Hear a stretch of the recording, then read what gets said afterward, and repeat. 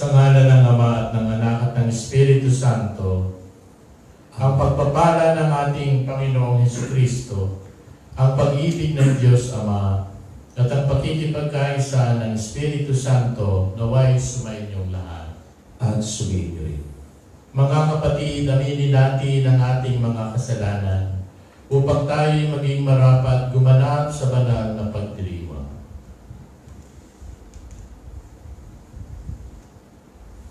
Inaamin ko sa makapangyarihan Diyos at sa inyo mga kapatid na lubha ko nagkasala sa isip, sa salita at sa gawa at sa aking pagkukulang. Kaya isinasamo ko sa mahal na Birheng Maria, sa lahat ng mga anghel at mga banal, at sa inyo mga kapatid na ako ay panalangin sa Panginoong ating Diyos.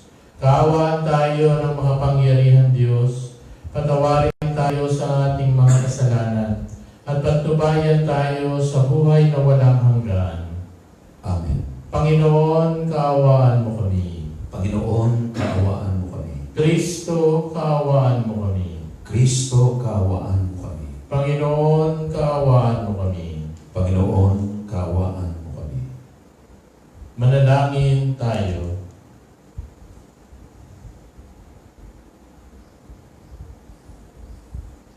Ama naming makapangyarihan, ipinaglaan mo kami ng kaukulang tulong na sa aming kahinaan ay iyong itinutugon.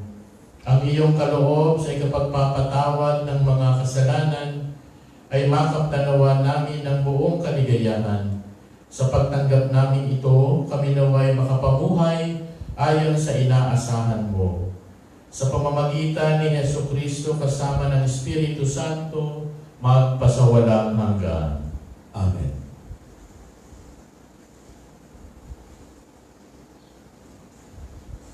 Pagbasa mula sa aklat ng karunungan. Sinabi ng masasama, tambangan natin ang mga laong matuwid, pagkatadlang sila sa ating mga balak. Ipinamumukha nila sa atin ang pagsuway sa utusan, at sinasabing tayo'y nagkasala laban sa ating kaugalian. Pinamamarin nilang nakilala nila ang Diyos, at sinasabing sila'y anak ng Panginoon. Sila ang nagbibigay sa atin ng mga problema. Makita lang natin sila'y balisa na tayo, pagkat kaiba ang gawain nila at pamumuhay. Ang palagay nila sa atin ay mababang mababa, at nandidiri sila sa ating gawain. Sinasabi nilang kaligayahan ang wakas ng matuwid, at ipinagmamagaling na sila'y anak ng Diyos. Tingnan natin kung ano ang salita nila'y magkakatotoo, kung ano ang mangyayari sa kanila pagkamatay nila. Kung ang mga matuwid ay anak na ng Diyos, sila ay tutulungan niya at ililigtas sa mga kaaway. Subukin natin sila'y dusain at kahirapan upang malaman natin kung hanggang saan ang kanilang kagandahang asal at kung hanggang kailan sila makatatagal. Subukin nating ibingit sila sa kamatayan, yamang ang sabi nila ay ililigtas sila ng Diyos. Iyon ang usapan ng masasama, ngunit sila'y nagkakamali, pagkat binubulag sila ng kanilang kasamaan. Hindi nila natalos ang lihim na panukala ng Diyos. Hindi sila umasa sa gantimpala ng kabanalan. Hindi naisip ang magandang wakas ng malinis na pamumuhay. Mga kapatid, ito ang salita ng Diyos. Salamat sa Diyos. Sa tugunan, sa Diyos hindi mabibigo ang mga nagsisipayo. Ang Diyos hindi nabibigo ang mga nagsisipayo. Nililipol ng Diyos yaong masasama hanggang sa mapawi sa isip ng nagla. Agad dinidinig daing mga matuwid, nililigtas sila sa mga panganib. Sa Diyos hindi mabibigo ang mga nagsisipayo. Tumutulong siya sa nagsisipayo. Ang walang pag-asa'y hindi binibigo. Ang taong matuwid, masularin man sa tulong ng puoy, agad maibsan. Sa Diyos hindi mabibigo ang mga nagsisipayo. Kukupin siya ng lubos-lubusan, kahit isang butoy hindi magagalaw. Mga lingkod niya'y kanyang ililigtas, na sa pananakop siya'y mag-iingat. Sa Diyos hindi mabibigo ang mga nagsisipayo.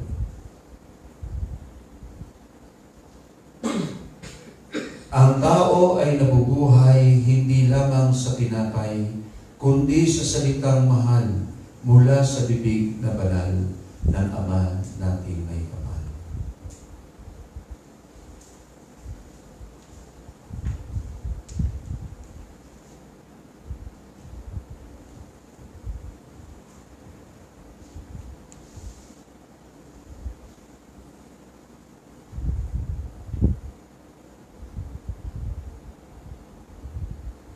Sumainyo ang Panginoon. At sumayo rin. Ang mabuting balita ng Panginoon ayon kay San Juan. Papuri sa iyo, Panginoon. Noong panahong iyon, nilibot ni Jesus ang Galilea. Iniwasan niya ang Judea sapagkat ibig siyang patayin ng mga Hudyo doon. Nalalapit na ang pista ng mga torda, isang pista ng mga Hudyo. Pagkaalis ng kanyang mga kapatid, si Jesus may pumunta rin sa pista, ngunit hindi hayagan. Sinabi ng ilang taga-Jerusalem, hindi ba ito ang taong gusto nilang patayin? Hayan, lantaran siyang nagsasalita, ngunit wala silang sinasabi laban sa kanya. Baka naman nakilala ng mga pinuno na siya nga ang Mesiyas. Walang makakaalam kung saan magmumula ang Mesiyas pagparito niya. Ngunit alam naman natin kung saan nagmula ang taong ito. Kaya't nang nasa templo si Jesus at nagtuturo, malakas niyang sinabi, "Ako ba'y nakikilala ninyo? Alam ba ninyo kung saan ako nagmula? Hindi ako naparito sa ganang akin lamang. Ang toong ang siyang nagsugo sa akin, ngunit hindi ninyo siya nakikilala. Nakikilala ko siya sapagkat ako'y mula sa kanya at siya ang nagsugo sa akin. Tinangka nilang dakpin siya, ngunit wala nangaas sapagkat hindi pa niya oras." Ang mabuting balita ng Panginoon. Pinupuri namin, Panginoon Yesu Cristo. Malapit na po ang mga mahal na araw at ang pinakamahalaga at pinakasagradong araw ng ating pananampalataya ay tungkol sa paghihirap at pagkamatay ni Jesus sa krus. Subalit mga kapatid, dapat nating tandaan, hindi po yon ang pinakamahalagang pangyayari na ating ipagdiwang. Ang pinakamahalaga po ay ang muling pagkabuhay ni Jesus sa linggo ng pagkabuhay. Yung paghihirap at pagkamatay ni Jesus sa krus, yun po ang daan. Yun ang paraan kung paano nakabit ni Jesus ang kanyang muling pagkabuhay. At yan pong paghihirap at kamatayan ni Jesus ay malaunang naideklara, naipahayag, at yan po yung ating unang pagbasa sa Aklat ng Karunungan. ito po ang sinasabi. Subukin natin siyang dustain at pahirapan upang malaman natin kung hanggang saan ang kanyang kagandahang asal at kung hanggang kailan siya makatatagal. Subukin natin ibingit siya sa kamatayan. Yamang ang sabi nila ay iingatan sila ng Diyos. Iyon ang usapan ng mga masasama. Parang ang mga salitang ito ay tumutukoy kay Jesus. Pero hindi po. Isinulat po itong aklat ng karunungan mga 100 o 200 pang mga taon bago dumating si Jesus. Ito po ay tumutukoy doon sa mga Hudyo na pinahihirapan ng mga Griego.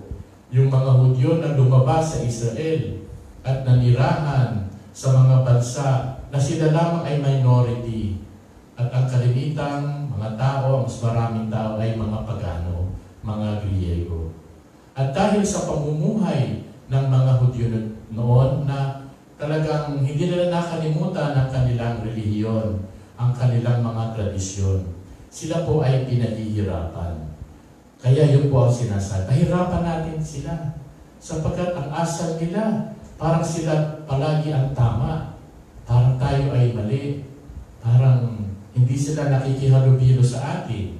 Ganun po ang sitwasyon yun. Kaya pinahirapan po ang mga Hudyo noon. Pero sa ating pananampalataya, ito ay pahayag na talagang angkop at tutukoy sa mga gagawin kay Jesus. Pahihirapan siya at papatayin sapagkat hindi nila naunawaan kung sino talaga si Jesus. Katulad ng mga nangyari noon sa mga Hudyo, hindi nila naunawaan ang mga Hudyo. Kaya pinahirapan nila at inuusig. Yan po ang ating ebanghelyo. Si Jesus ay inuusig ng mga Hudyo sapagkat unang-una, hindi nila kilala si Jesus. Akala nila kilala si Jesus. Kilala nila si Jesus. Dahil alam lang nila na siya ay taga Nazaret. Siya ay anak ni Jose. Sasabihin nila, kilala nila si Jesus. Hindi. Ang sabi ni Jesus, akala nyo, kilala nyo? Hindi. Sapagkat ako ay talagang hindi nanggaling sa Nazaret, kundi nanggaling sa aking Ama. At dahil doon, ito po isang dahilan kung bakit nagsimula ang kanilang pagkagalit, ang kanilang pagkamuhi, at pinahirapan nila, papahirapan nila si Jesus. Sa ating pong panahon ngayon, ang mga sumusunod kay Jesus, maraming mga Kristiyano ang pinahihirapan ng mga tao. Isipin na lang ninyo ang mga Kristiyano sa China, sa India, at noon nung talagang malakas pa yung ISIS sa Middle East, talagang pinahirapan ng mga Kristiyano. Unang-una, talagang galit na galit sila, pero iyon ay dahil sa hindi nila nauunawaan kung sino ang mga Kristiyano at bakit nila ginagawa ang kanilang ginagawa. Ang pagpapahirap po sa mga Kristiyano, yung tinatawag nating persecution, ay isang tunay na tanda ng tunay na simbahan. Persecution is one of the signs that that church is the real church created by God. Kung ang simbahan ay hindi nahihirapan, palaging enjoy lang sila, walang problema, hindi po yun ang tunay na simbahan. At maiisip din natin ngayon, bakit may mga organisasyon, bakit may mga bansa, bakit may mga pahalaan, ayaw na ayaw mahirapan, ayaw na ayaw ang problema. At kung may nagsasabi sa kanila, nagtuturo sa kanila, yung kamalian nila para maituwid ang kanilang kamalian, itinitigil nila, pinapahirapan nila. Bakit? Wala silang karanasan sa kahirapan. This is the first time that they are in difficulty, so they try to avoid it as much as possible. But the church has been persecuted since Jesus. Sanay na ang simbahan dyan. Pero patuloy pa rin ang kanyang pagpapahayag ng mabuting balita. Patuloy pa rin ang pagpapahayag ng katotohanan, kahit ito ay magdudulot ng kahirapan. Sapagkat sumusunod lang sila sa halimbawa ni Jesus. Sumunod sa kalooban ng Ama at dahil doon, siya ay pinahirapan at pinatay. Yan po ang isa-celebrate natin pagdating ng mga mahal na araw.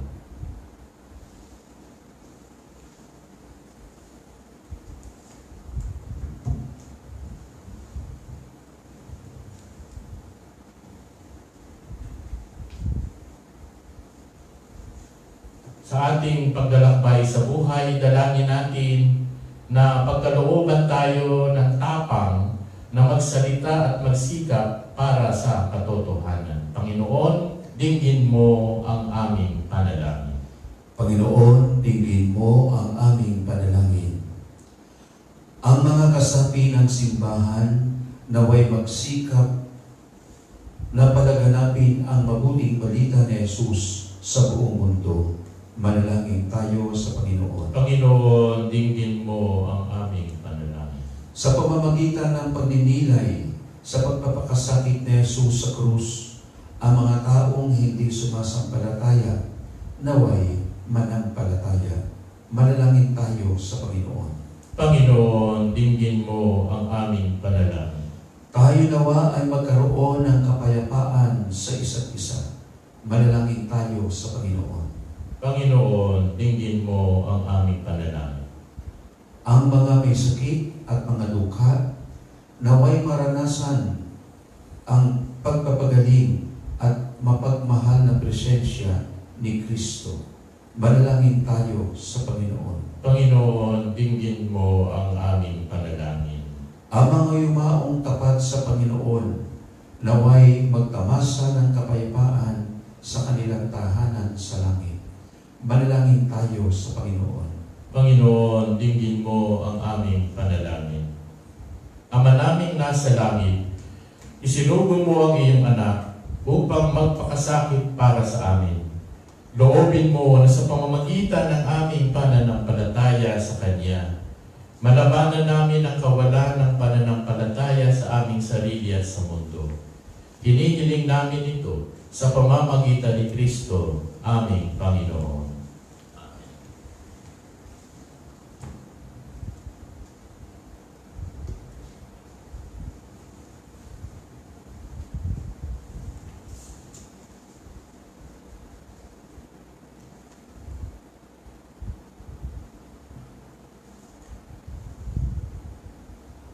Kapuri-puri ka, Diyos Amang lumikha sa sanlibutan.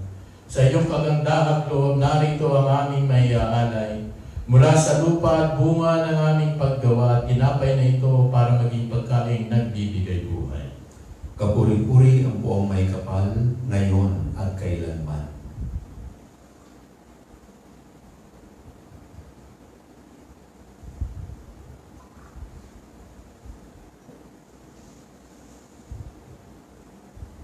Kapuri-puri ka, Diyos Amang lumikha sa sanlibutan. Sa iyong kagandahang loob, narito ang aming maiaalay.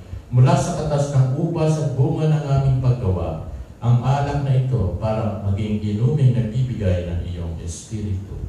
Kapuri-puri ang buong may kapal, ngayon at kailanman.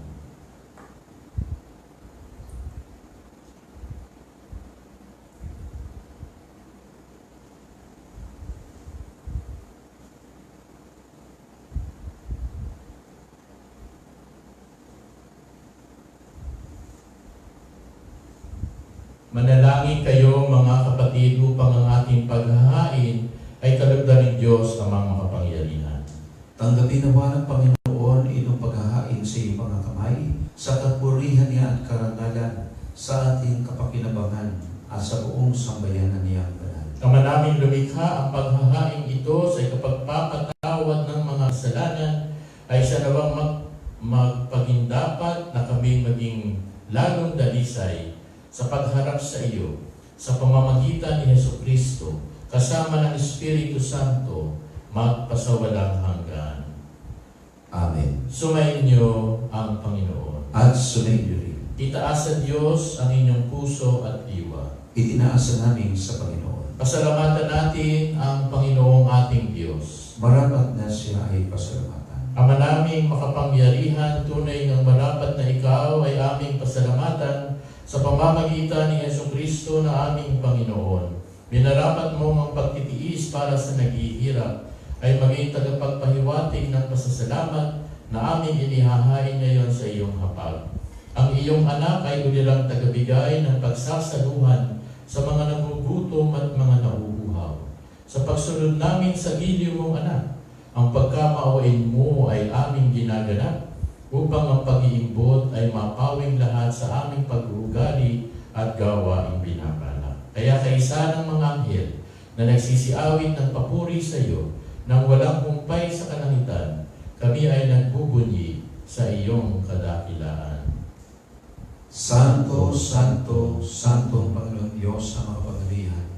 Napupuno ang langit at lupa ang kaluwalhatian mo. O sana sa kaitaasan. Pinagpala ang pagkarito sa ngalan ng Panginoon. O sana sa kaitaasan.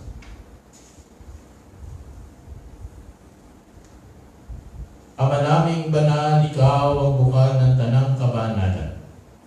Kaya't sa pamamagitan ng iyong Espiritu, gawin mong banal ang mga kaloob na ito, upang para sa amin maging katawan at dugo ng aming Panginoong Jesucristo. Bago niya pinagtiis ang pusang loob na maging handog, hinawakan niya ang tinapay, pinasalamatan kanya, pinaghati-hati niya iyon at iniabot sa kanyang mga alagad at sinabi, "Tanggapin ninyong lahat ito at kanin. Ito ang aking katawan na ihahandog para sa inyo."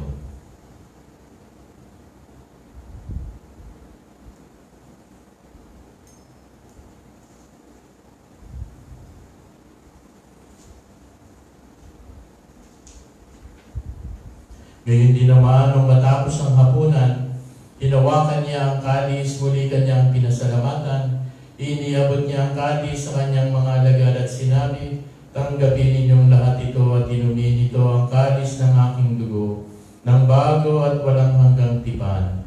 Ang aking dugo na ibubuhos para sa inyo at para sa lahat, sa kapagpapatawad ng mga kasalanan. Gawin ninyo ito sa pag-alala sa akin."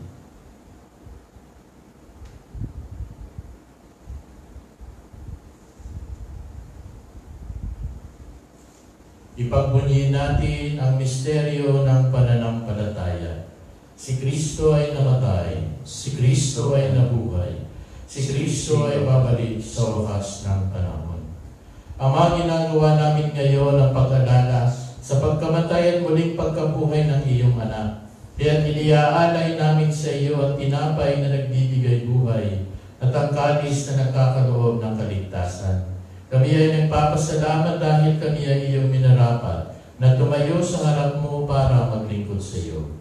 Isinasamo namin kaming magsasalo-salo sa katawan at dugo ni Kristo ay mabuklod sa pagkakaisa sa pamamagitan ng Espiritu Santo. Ama, lingapin mo ang iyong simbahang laganap sa buong daigdig, puspusin mo kami sa pag-ibig. Kaisa ni Francisco na aming Santo Papa, ni Beneventura na aming Obispo at ng Tanang Kaparian. Alalahanin muli ng mga kapatid naming nahimlay na may pag-asang sila'y muling mabubuhay, gayon din ang lahat ng mga pumanaw. Kaawaan mo sila at patuloyin sa iyong kaliwanagan. Kaawaan mo at paginapatin kami lahat na makasalo sa iyong buhay na walang wakas. Kaisa ng mahal na Birhen Maria na Ina ng Diyos at mapagampon sa mga Kristiyano, ni San Jose ang kanyang tapat na kabiyak na puso.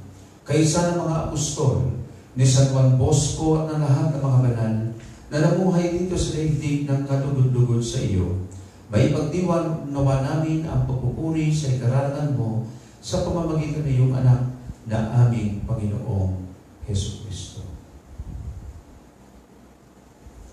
Sa pamamagitan ni Kristo, kasama niya at sa Kanya, Ang lahat ng parangal at papuri ay sa iyo, Diyos Amang makapangyarihan, kasama ng Espiritu Santo magpasawalang hanggan. Amen. Sa tagubili ng mga nakagagaling na utos sa turo ni Jesus na ating Panginoon at Diyos, ipahayag natin ang lakas loob. Ama namin, sumasalangit ka, sambahin ang ngalan mo, mapasa amin ang kaharian mo, sundin ang loob mo, dibos sa lupa para na sa lahat. Bigyan mo kami ngayon ang aming kakanin sa araw-araw, at patawarin mo kami sa aming kasalanan, para ng pagpapatawad namin sa nagkakasala sa amin. At huwag mo kami ipahiulog sa suso, at iadya mo kami sa lahat ng masama. Hinihiling namin kami ay iadya sa lahat ng masama. Pagkalooban ng kapayapaan araw-araw, iligtas sa kasalanan at ilayo sa lahat ng kapahamakan, samantalang aming pinananalikan ang dakilang araw ng pagpapahayag ng tagapagligtas namin si Jesucristo. Sapagat sa iyo ang kaharian, ang kapangyarihan at ang kapurihan, magpakailanman. Amen. Panginoong Jesucristo, sinabi mo sa iyong mga apostol, kapayapaan ang iniiwan ko sa inyo, ang aking kapayapaan ang ibinibigay ko sa inyo. Tunghayan mo ang aming pananampalataya at huwag ang aming mga pagkakasala. Pagkalooban mo kami ng kapayapaan at pagkakaisa ayon sa iyong kalooban, kasama ng Espiritu Santo magpasawalang hanggan. Amen. Ang kapayapaan ng Panginoon ay laging sumainyo. At sumainyo. Magbigayan tayo ngayon ng kapayapaan sa isa't isa. Peace.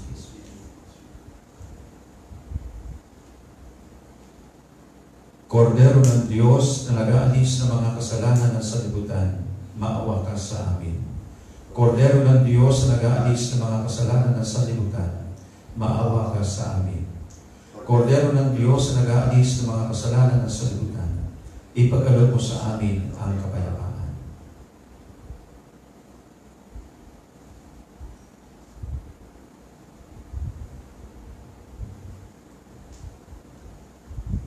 Narito ang Kordero ng Diyos, si Jesus na ating Panginoon at tagapagligtas. Siya ang nag-aalis ng ating mga kasalanan. Mapapalad ang mga inaanyayahan sa kanyang biging. Panginoon, hindi ako karapat-dapat magpatuloy sa iyo, ngunit sa isang salita mo lamang ay gagaling na ako.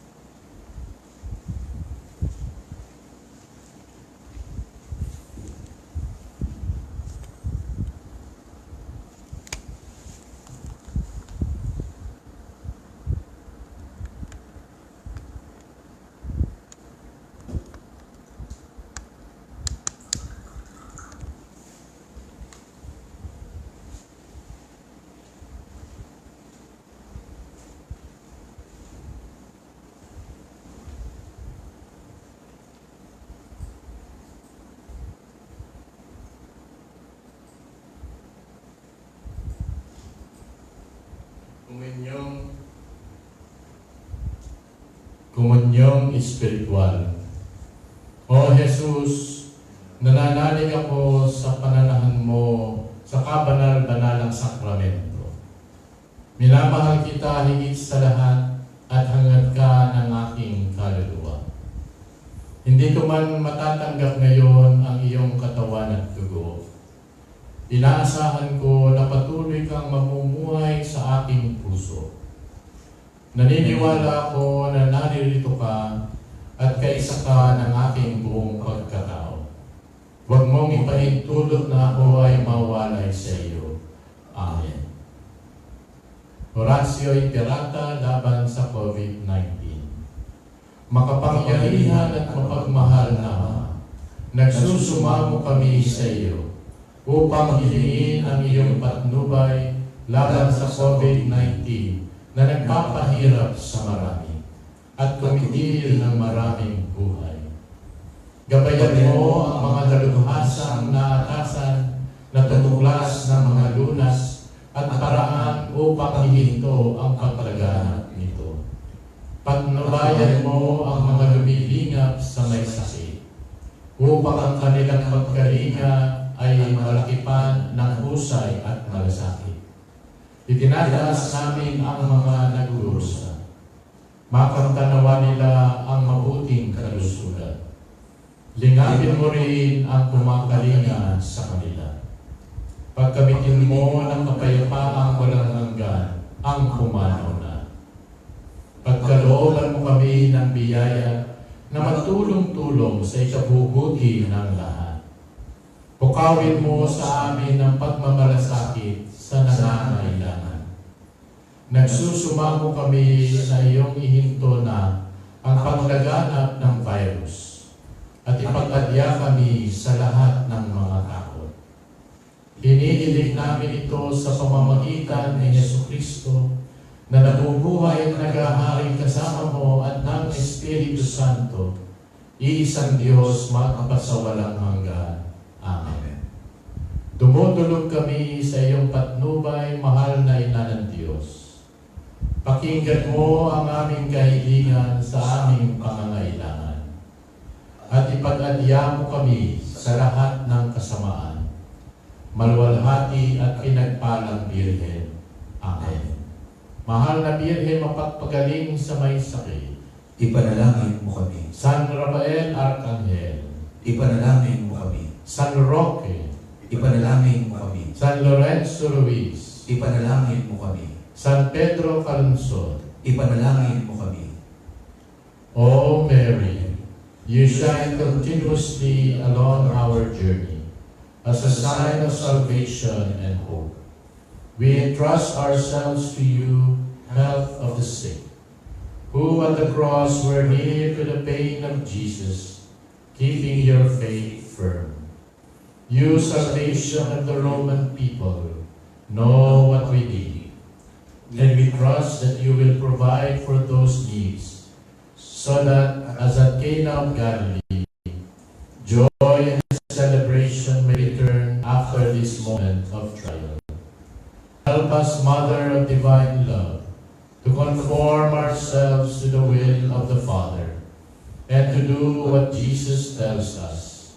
He who took our sufferings upon himself, and took up our sorrows to bring us through the cross to the joy of the resurrection. Amen. We seek your refuge under your protection, O Holy Mother of God. Do not despise our pleas, we who are put to the test, and deliver us from every danger, O glorious and blessed Virgin.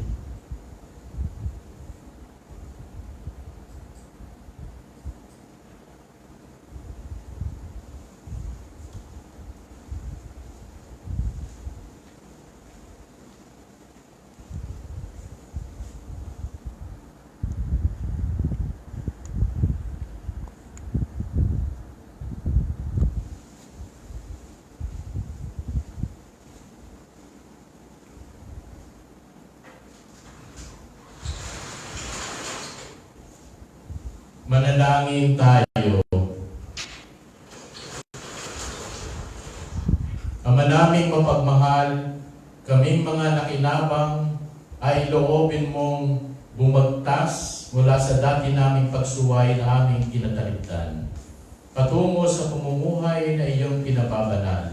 Sa pamamagitan ni Jesucristo kasama ng Espiritu Santo, magpasawalang hanggan. Amen. Pagkatapos po ng misa, susunod ang Way of the Cross.